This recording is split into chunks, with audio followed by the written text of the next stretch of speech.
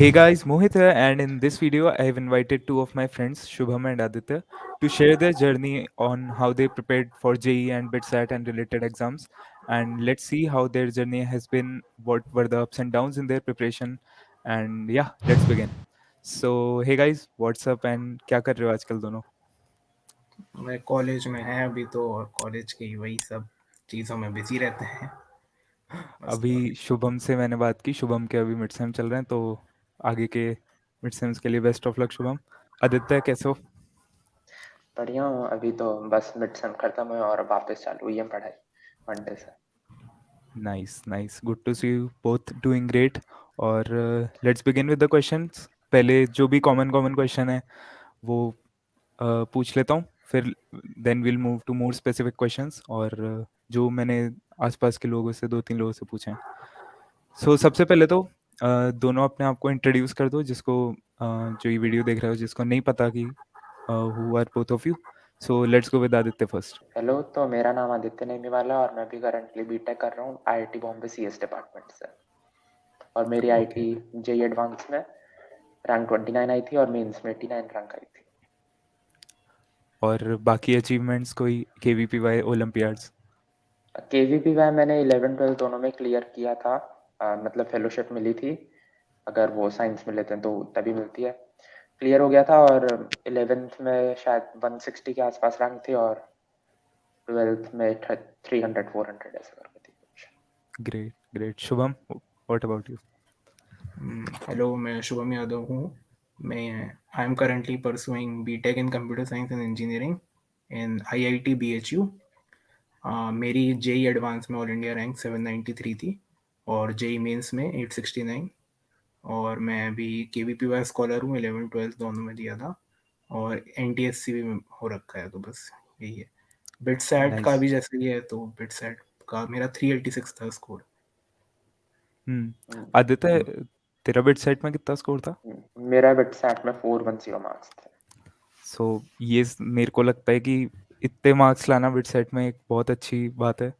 400 plus ऐसे ही नहीं आ जाते। So congrats on that. Okay. Thank to you. अब जैसे तुम दोनों आईआईटी में पहुंच गए हो, तो how is life after JEE? IIT में जाके कैसा लग रहा है? तो मतलब जेई से तो काफी डिफरेंट है कि जेई में हमेशा ये रहता है कि एक ही एग्जाम के लिए आप वो पढ़ रहे हो कि उसी दिन जाके डिसाइड होगा सब कुछ। लेकिन मतलब ऐसा भी नहीं है कि पूरा ही फ्री रह सकते हैं, पढ़ना तो पड़ता है, बस थोड़ा लोड कम रहता है, प्रेशर कम रहता है, माइंड में नहीं रहता हमेशा कि ये करना है कि, और ऐसा नहीं लगता कि आज पढ़ाई कम हुई तो बुरा लग रहा है। जेई में वो थोड़ा हमेशा ही रहता है कि कम पढ़ पाए तो गिल्ट रहती है, तो वैसा थोड़ा बर्डन कम होता है कॉलेज में आके, लेकिन पढ़ना तो पड़ता ही है। बाकी वैसे सही चलता है। शुभम? हाँ, मतलब मैं भी इस बात से एग्री करता हूँ। कॉलेज में मतलब यही है, आपके पास जो फ्रीडम रहती है उसको यूटिलाइज करना होता है। और हम्म। वही है, मतलब आप नई नई चीज़ें करो, आपको जो मतलब आप करना चाहते हो वो करो आप बेसिकली।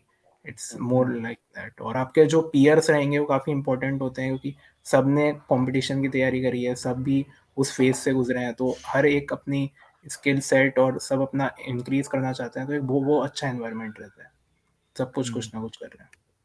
हाँ, मतलब जो भी अभी सोच रहे हैं कि हाँ, जो भी मतलब जेई की तैयारी कर रहे हैं और सोच रहे हैं कि अभी बहुत लाइफ बेकार है, हर टाइम पढ़ना पड़ता है, तो बस कुछ टाइम और की बात है, और फिर फ्रीडम रहता है आपको अपना जो भी परस्यू करना है, उसका टाइम मिलता है। So you can do that. बस थोड़ी सी और देर परसिवियर करना है। ओके। सो आदित्य, कोई हॉबी अपनी चालू की जेई के बाद ऐसा तो परस्यू मतलब करना? जैसे मैं जेई के प्रिपरेशन के टाइम भी थोड़ा बहुत चेस तो खेलता रहता था, तो वो एक हम्म। कंटिन्यूड है। और मैं कभी कभार मतलब जैसे कीबोर्ड बजा लेता हूँ या फिर बाहर नाइस भाग के आ जाता हूँ थोड़ा। यही है नाइस, मेरा। बहुत सही। शुभम? नहीं, मेरे पास मैं एज सच मेरी कोई हॉबी नहीं है, बस मेरे को वही इंटरनेशनल अफेयर्स, जियो पॉलिटिक्स, इसमें काफ़ी इंटरेस्ट है, तो मैं वही ज़्यादा उसके बारे में ज़्यादा थोड़ा पढ़ना चालू करा। थोड़ी कुछ वही बस यही काम करता हूँ। सो तुम्हारे वहाँ MUN का कोई क्लब है? हाँ, मैं उसमें कॉन्फ्रेंस कोऑर्डिनेटर हूँ। नाइस नाइस, बहुत सही। आदित्य, कोई क्लब में इंडक्शन लिया? अभी मतलब रिक्रूटमेंट चल रहे हैं, तो फिर उसके अंदर बाद में ओके, फाइनलाइज होगा। ठीक है। तो अब जो भी जेई से रिलेटेड क्वेश्चन है वो पहले पूछ लेता हूँ मैं। सो सबसे पहला, PCM सब्जेक्ट वाइज तुमने कैसे हर सब्जेक्ट को अप्रोच किया, and what were the specifics you would give to the students? Aditya, you go first. तो फिजिक्स में तो मोस्टली मैं मॉड्यूल पे फोकस करता था, और जो सर क्लास में पढ़ाते थे, सर क्लास में मतलब जो क्वेश्चंस लेते थे वो उसमें मोस्टली सारे कंसेप्ट कवर हो जाते थे, और जो टेस्ट सीरीज जो कोचिंग की रहती थी उसके सारे क्वेश्चन सॉल्व कर लेता था, तो उससे मतलब मोस्टली हो जाता था। जैसे लेकिन मैंने मैकेनिक्स और इलेक्ट्रोडायनामिक्स में मतलब इरोडोव करी थी थोड़ी बहुत, सिर्फ उन दोनों टॉपिक्स की, बाकी मेनली बस यही था फिजिक्स में। तो और फिर केमिस्ट्री में मतलब क्लास के नोट्स काफ़ी ज़्यादा इम्पोर्टेंट थे, और केमिस्ट्री में इनऑर्गेनिक में स्पेशली एनसीईआरटी बहुत इम्पोर्टेंट है, मतलब कि मेंस में तो इनऑर्गेनिक का इम्पोर्टेंस मतलब काफ़ी ज़्यादा रहती है, फिजिकल की थोड़ी कम रहती है। तो फिर इनऑर्गेनिक एनसीईआरटी के पढ़ लेते हैं तो बहुत सारे मार्क्स तो उधर से मिल सकते हैं अपन को, और एडवांस में भी मतलब मोस्टली तो एनसीईआरटी से आते हैं, थोड़े बहुत इधर उधर से भी आते हैं। तो मोस्टली राइट। तो यही था, जैसे लेकिन लास्ट में जब जेई में मतलब सिलेबस खत्म हो गया था, टाइम भी काफी बचा था, तो तब मैंने इनऑर्गेनिक में जैसे जेडीली पढ़ी थी थोड़ी बहुत, और ऑर्गेनिक के कुछ टेक्स्ट बुक्स पढ़ी। राइट। मैथ्स? और जैसे ऑर्गेनिक में एमएस चौहान भी सॉल्व करी थी। ओके। ओके। नाइस। मैथ्स और में कुछ टिप्स? मैथ्स में भी एक तो वो तो है ही कि जो कोचिंग के मॉड्यूल्स हैं और जो टीचर पढ़ाते हैं उस पर तो फोकस था ही, और जैसे कैलकुलस के लिए समीर बंसल सॉल्व करी थी, और बाकी टॉपिक्स के लिए विकास गुप्ता थोड़ी बहुत सॉल्व करी थी, मतलब एक ओके, दो सो टॉपिक को छोड़ के सारी पूरी करी थी। हाँ, तो मतलब जो कॉमन मेरे को दिख रहा है कि तुमने जैसे एलन की जो मॉड्यूल्स थी, कोचिंग की मॉड्यूल्स की, हम्म, उन पे पूरा अपना डिवोशन दिया था, पूरा फोकस किया था, राइट?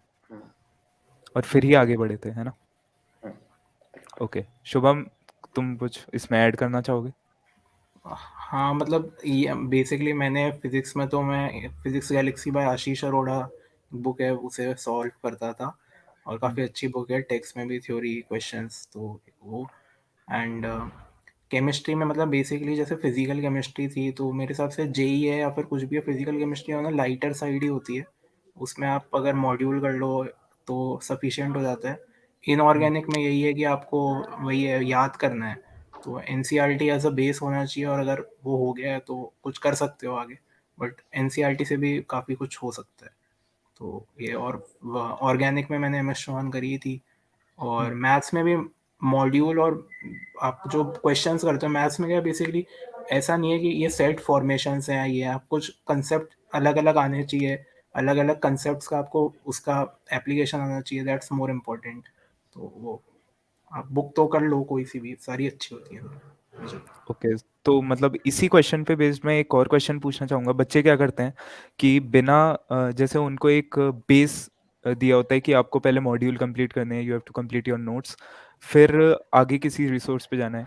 आजकल क्या हो रहा है कि मेरे से भी खूब लोग पूछते हैं कि क्या किया था, कितनी बुक्स की थी। तो तुम इस पे क्या कमेंट करना चाहोगे कि पहले अगर कोई कॉन्सेप्ट समझ में नहीं आता तो उसको रिपीटेडली एक ही रिसोर्स से करना चाहिए, या फिर अलग अलग रिसोर्स से देख के समझना चाहिए कि अच्छा यहाँ अलग तरीके से दे रखा है एंड ऑल? शुभम? हाँ, मतलब अगर कोई चीज़ समझ नहीं आ रही है तो एक बार ट्राई करो, पहले तो नोट्स वोट्स से ही पढ़ लें।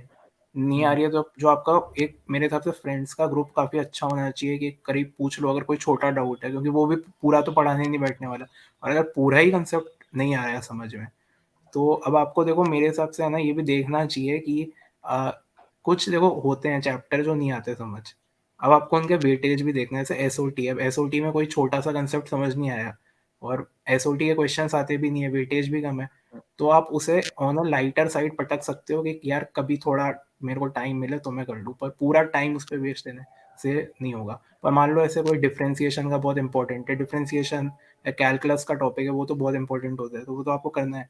तो इसका हम्म। मतलब फिर आपको आप यूट्यूब पे लेक्चर्स आजकल काफ़ी अच्छे हो गए हैं, बुक से आप थ्योरी पढ़ सकते हो, मतलब रिसोर्सेज आपके पास कम नहीं है तो आप ढूंढो, अगर आपको क्लास में समझ नहीं आए एक बार टीचर से पूछ लो, तो इस वे में थोड़ा मेरे हिसाब से करो। ओके। आदित्य, मैं ये पूछना चाह रहा था, श्योरली बहुत सारी बुक्स हैं मार्केट में, बहुत सारे लेक्चर्स हैं, so how did you focus कि मुझे तो यही करना है, क्योंकि you would have solved one time to time, तो मतलब हाउ डिड यू डिसाइड कि मुझे अपना टाइम यहाँ पे ही देना है सिर्फ? तो थोड़ी तो मतलब काफी तो टीचर्स की गाइडेंस भी रहती थी, और ये था कि मतलब बहुत ज्यादा बुक्स करेंगे तो फिर उससे कुछ ज़्यादा फ़ायदा नहीं होने वाला कि कॉन्सेप्ट सेम ही रहते हैं और टाइम वेस्ट हो जाएगा कि मतलब हर बुक में थोड़ा-थोड़ा अलग तरीके से देना होता है, तो माइंड भी थोड़ा डाइवर्ज कर जाएगा कि किस तरीके से सोचना है, एग्ज़ाम में कोई फिक्स तरीका नहीं रहेगा। हम्म, तो फिर मतलब मोस्टली सारी बुक्स जो भी ऑनलाइन मिल जा पता चल जाता है ये रिव्यू वगैरह देखने के बाद कि ये मतलब सही है, इसको यूज़ कर सकते हैं, तो फिर मोस्टली सारी अच्छी होती हैं। जैसे मैथ्स में मैंने विकास गुप्ता करी थी, तो जो फेमस भी है, तो फिर अ, बस वही डिसाइड कर ली, तो उससे सारे चैप्टर्स कर लिए। और बस यही था कि बहुत ज़्यादा बुक्स पे तो नहीं जाना चाहिए और ऐसी बुक्स पे भी नहीं जाना चाहिए जैसे फिज़िक्स में ओलंपियाड वगैरह करना है तो फिर तो ठीक है, जैसे क्रोटो वगैरह करते हैं लोग। लेकिन अगर हम्म, सिर्फ़ जेईई और बिट्स ही पे ही फ़ोकस करना है तो फिर क्रोटो जैसी बुक्स बहुत ज़्यादा यूज़फुल नहीं रहती, मतलब बहुत ज़्यादा हार्ड कॉन्सेप्ट्स रहते हैं, तो उस हिसाब से डिसाइड कर सकते गॉट इट गॉट इट। एक डाउट ये था कि हम सब घर पे थे लॉकडाउन के टाइम, हमारी प्रिपरेशन पूरी ऑनलाइन हो रही थी, तो वी वर कॉन्स्टेंटली कनेक्टेड और कोई जैसे distraction was one click away. So how did you manage your distractions, क्योंकि होती तो सबको है लेकिन कंट्रोल करने वाला ही जीतता है। सो how did you control your distractions, Aditya? तो एक तो है कि जब मोस्टली डिस्ट्रैक्शन की प्रॉब्लम तब होगी जब पढ़ते-पढ़ते बीच में ध्यान भटक रहा है। तो जैसे अगर अपन कभी पढ़ने बैठ रहे हैं और जैसे बुक से पढ़ रहे हैं, अभी उस टाइम फ़ोन या फिर लैपटॉप पे यूज़ नहीं कर रहे, तो फिर उसको मतलब दूर रख दो कि वो रीच में नहीं हो कि मैसेज आया, फिर देखने लग गए और फिर उसी में टाइम निकल गया। और उसमें ये भी है कि आप मतलब जैसे डिसाइड कर लो कि रात को मैं इतनी देर ही देख लूँगा और हम्म, उसको मतलब फिक्स कर लो। ऐसे मत करो कि बीच में कभी देख लिया, बीच में कभी देख लिया। तो फिर हम्म, उससे वो एक्सटेंड होता जाएगा और फिर अगर आपने कोशिश करी कि एक बार में सारा बंद कर दो तो नहीं हुआ जाएगा। तो फिर धीरे-धीरे कम करना और फिर उसका मतलब फिक्स कर देना कि मैं जैसे रात मैंने पूरे दिन पढ़ाई करी, तो फिर रात को जैसे 8 से साढ़े 8 कुछ करना है जो कर लिया, जैसे यूट्यूब वगैरह पे वीडियो देख ली, तो फिर मतलब फिक्स हम्म, कर दो कि ऐसा मत करो कि पूरा ही बंद कर दो, तो फिर और भी ज़्यादा प्रॉब्लम हो सकती है क्योंकि ब्रेक्स भी ज़रूरी होते हैं। तो फिर एग्जैक्टली। बस फिक्स कर दो उसको, तो फिर उससे फ़ायदा है। ग्रेट। शुभम, तुम्हारा क्या ओपिनियन है इस पे? मेरा थोड़ा वेरिएड ओपिनियन है। मतलब मैं ऐसे नहीं करता था कभी कि हाँ, मतलब मेरे को मैं एक वीकली टारगेट सेट करता था कि भाई यार इस वीक के एंड तक ये होना चाहिए। तो हम्म, अब आपके पास वीक में है, एक लिमिटेड टाइम फ्रेम है। अगर आपने पहले कर लिया तो आपके पास ज़्यादा टाइम फ्री रहेगा। अच्छी तरह करना है, ऐसे नहीं कि आप कुछ भी कर रहे हो, बट मतलब एक आपने जो टारगेट बनाया उससे ठीक है। तो जो मैं, क्योंकि देखो इंसान पूरे टाइम काम नहीं कर सकता, उसे थोड़ा एंटरटेनमेंट भी चाहिए होगा, थोड़ा कुछ और फिजिकल एक्टिविटी या कुछ भी, मतलब कोई ऐसी चीज़ चाहिए होगी। तो थोड़ा वो मतलब ऐसे मैनेज करना है कि वीकली टारगेट कंप्लीट हो जाए और आपका कोई ज़्यादा गिल्ट विल्ट भी ना हो कि मैंने ये ज़्यादा चला लिया, ये हो गया। तो I think that was my way.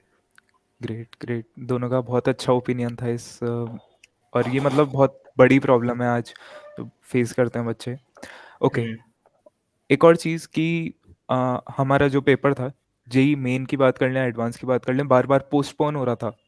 इस साल भी यही हो रहा है, अभी तक जेई की कोई डेट नहीं आई है, तो लोग देख रहे हैं कि क्या करें। तो व्हाट डिड यू डू, जो एक्स्ट्रा टाइम मिला था उसमें, जो पोस्टपोन हो गया था, did you revise the existing topics जो तुमने पहले से कर रखा था, या फिर नई चीज़ें तुमने उठाना चालू की फॉर एडवांस्ड ओरिएंटेड, और किसी भी जैसे मेंस के लिए भी तुमने कोई नई चीज़ उठाना चालू की हो, आदित्य? तो जैसे मोस्टली तो उसमें यही रहता है कि जैसे हमारा तो बहुत ज़्यादा एक्सटेंड हो गया था, जो जुलाई में होना था एडवांस वो मतलब एग्ज़ैक्टली 3 महीने पोस्टपोन हो गया था धीरे-धीरे करके। राइट। तो फिर उसके अंदर यही था कि एक तो कभी भी मतलब ज़्यादा लंबा ब्रेक नहीं आना चाहिए कि जैसे 2-3 दिन हो गए और बिल्कुल नहीं पढ़े, तो उससे फिर डिटेरियोरेट कंटिन्यू होता चला जाएगा। हम्म, उसके अंदर बेसिकली ये फ़ोकस करना है कि कंटिन्यूअस बना रहे, तो जैसे हमारे टेस्ट होते थे, बहुत रेगुलर होते थे। हम्म, हर दूसरे-तीसरे दिन टेस्ट होते थे, तो वो मैं कभी भी एक भी मिस नहीं करता था, चाहे कुछ भी हो जाए, तो उससे कंटिन्यूएशन तो बना रहता है। हम्म, और मोस्टली फ़ोकस था कि रिवीजन पे जो अभी तक आता है, वो मतलब काफ़ी है। जो 2 साल तैयारी करी है, उसमें लगभग सब कवर हो गया। तो बस उसी को मैं कंटिन्यूअसली रिवाइज़ करता रहूँगा, तो फिर वो काफ़ी है। बहुत ज़्यादा नई चीज़ें नहीं करी, बस जैसे थोड़ी बहुत करी थी कि अगर बहुत ही ज़्यादा एक्स्ट्रा टाइम मिल गया था, फिर जैसे जुलाई से अक्टूबर, तो फिर 1-2 एक्स्ट्रा चीज़ें देखी थी, वरना लेकिन उससे पहले नहीं देखी। रिवीजन पे ही फ़ोकस था। ओके। शुभम? मेरा मतलब ऐसे था कि मैंने फरवरी में जेईई मेंस दिया था, तो उसमें मेरी हम्म, अच्छी परसेंटाइल आ गई थी, मतलब जितना मेरे को चाहिए था। तो मैंने मार्च में भी ऐसे ही दे दिया था क्योंकि 2 हफ्ते बाद ही था। और उसके बाद कोविड की सेकेंड वेव आ गई थी, तो उस टाइम मैं, जैसा आदित्य ने कहा था, ये जो था ये मैंने फेस करा था, और मैं पढ़ नहीं पाया था उस टाइम पे। जो अप्रैल था पूरा मेरा ऐसे ही गया था, ऑलमोस्ट आधा मार्च में भी ऐसे ही चला गया था। और फिर मेरे को रियलाइज़ हुआ था ये तो बहुत मैंने टाइम वेस्ट कर दिया।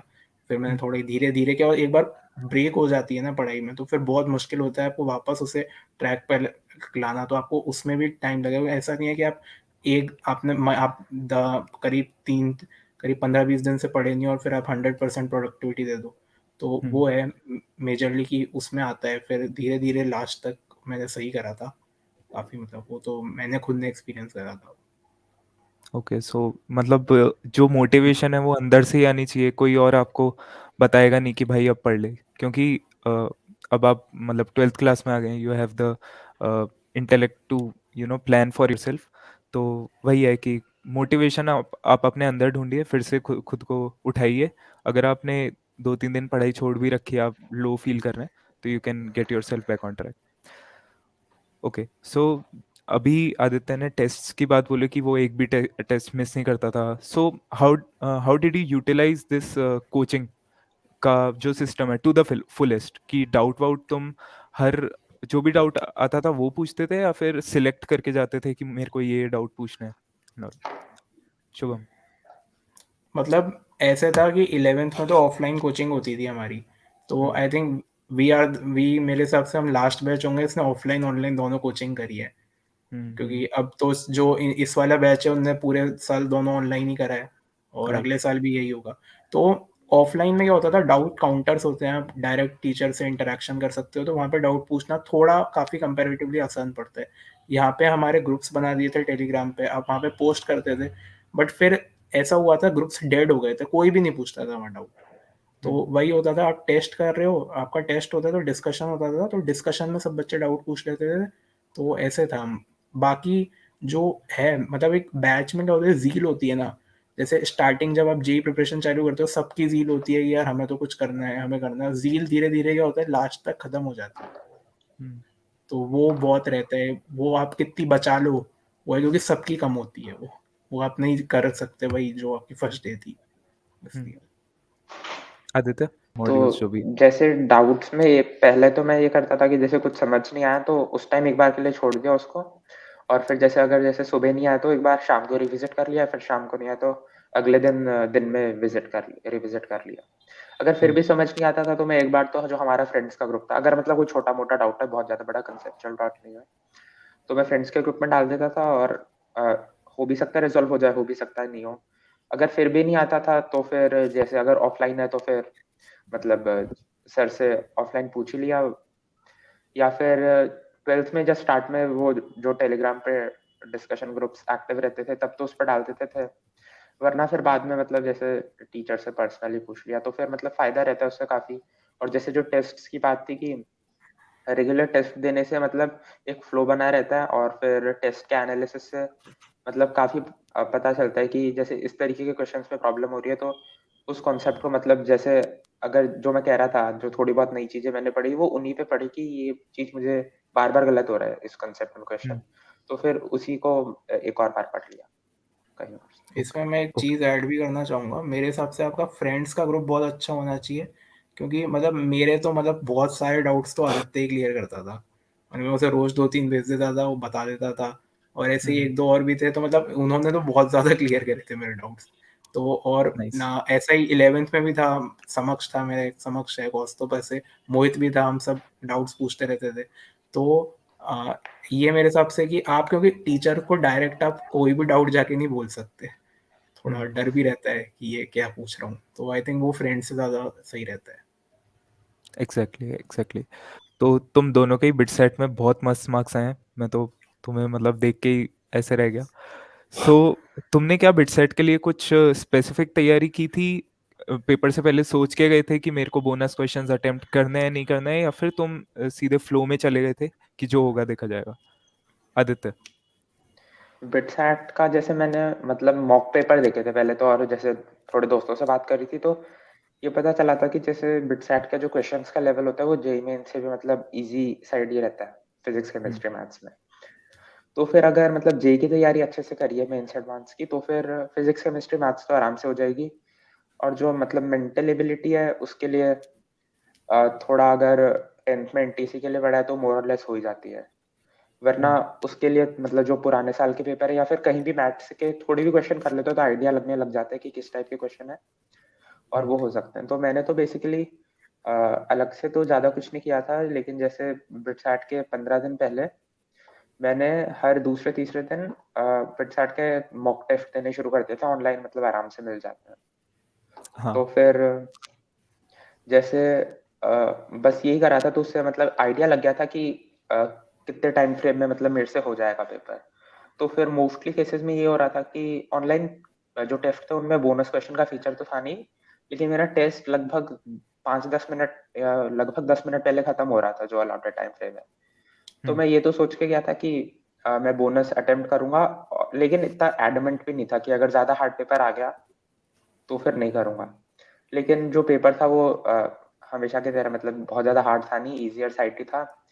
तो फिर मैंने बोनस अटेम्प्ट कर लिए थे उस टाइम। बस मेरे मतलब इंग्लिश मैंने अलग से कुछ पढ़ी नहीं थी, और वैसे भी थोड़ा ग्रामर में कंफ्यूजन रहता है तो उसमें थोड़े मार्क्स कटे थे। Got it. शुभम? मैं इसमें थोड़ा ब्रीफ आंसर देना चाहूँगा। एक तो है ना, जैसा मेरे को लगता है बिटसैट में क्या होता है, ज़्यादातर बच्चे लास्ट की शिफ्ट ऑप्ट करते हैं।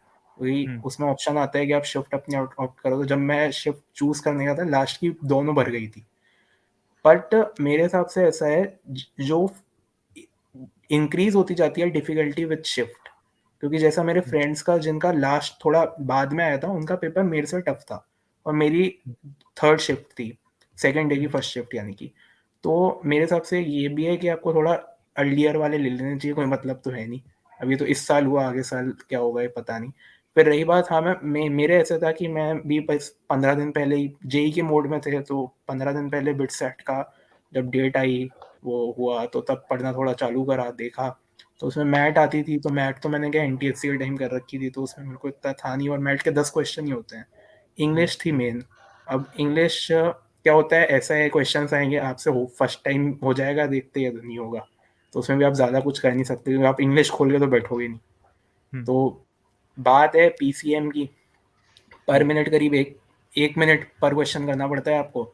तो अप्रॉक्स यही है, बैठता है 150 क्वेश्चन है, 180 मिनट। तो वही है कि आपको मेजरली ये जज करना है कि 1 मिनट में हो जाएगा नहीं होएगा, और एक्यूरेसी अच्छी रखनी है, फिर तो आप कर ही राइट। लोगे।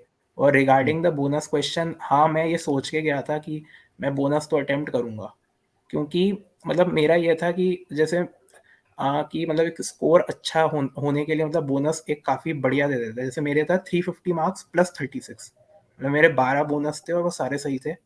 386 ऐसे हुए मेरे। वाओ। और आप मतलब सबसे जो शॉकिंग बात पता है क्या है, आदित्य से भी मेरी एक दिन शायद पहले, पेपर से एक दिन पहले बात हुई थी, और मेरे पेपर में भी bonus questions were easier than the normal questions same of the for me. Paper. You right. Also attempted that? हाँ। हाँ, तो ये मतलब जैसा मेरे को एक्सपेक्टेड नहीं था। मैंने 15 मिनट छोड़े थे बोनस के लिए, क्यों मेरे को लगा था थोड़े मुश्किल होंगे, बट दे वर इजियर।